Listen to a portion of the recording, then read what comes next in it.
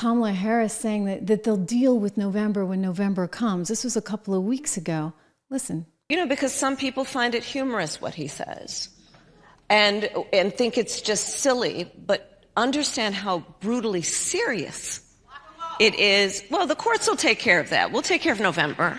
Yes. We'll take care of November.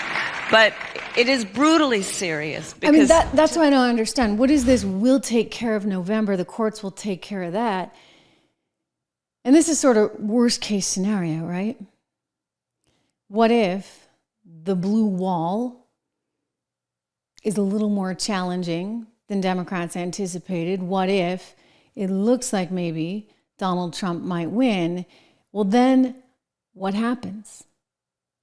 Do they hold out? Do they say, okay, we're not going to release the results of Pennsylvania or Michigan? We're going to wait? What exactly happens? So I heard from a really good source, highly connected actually to the Trump campaign, that one of the concerns is they might actually put Kamala Harris in as president. In other words, Joe Biden will step down, so then she would become the first female president of the United States. And then the next fear is, what could she do with executive orders? Now, don't forget how desperately they want to change the courts. How desperately they think they need to change the courts. I mean, Biden has said this over and over again. He was really angry. Remember, he couldn't get all that student loan forgiveness through because the court was in the way?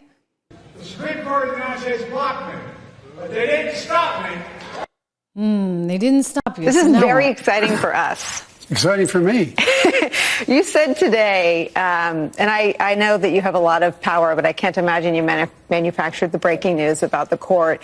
You said this court is not normal.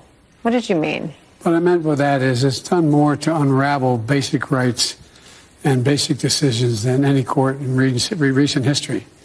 And that's what I meant by not normal. It's gone out of its way to, I mean, for example, take a look at overruling Roe v. Wade. Take a look at what the decision today. Take a look at how it's ruled on a number of issues that have been precedent for 50, 60 years sometimes.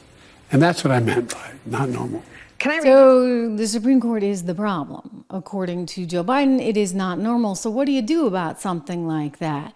Kamala was asked. With the Supreme Court being plagued with issues, would you be in favor of expanding the court to, say, 12, so each justice has only one circuit court other than Chief Justice to assist in making judgments more balanced?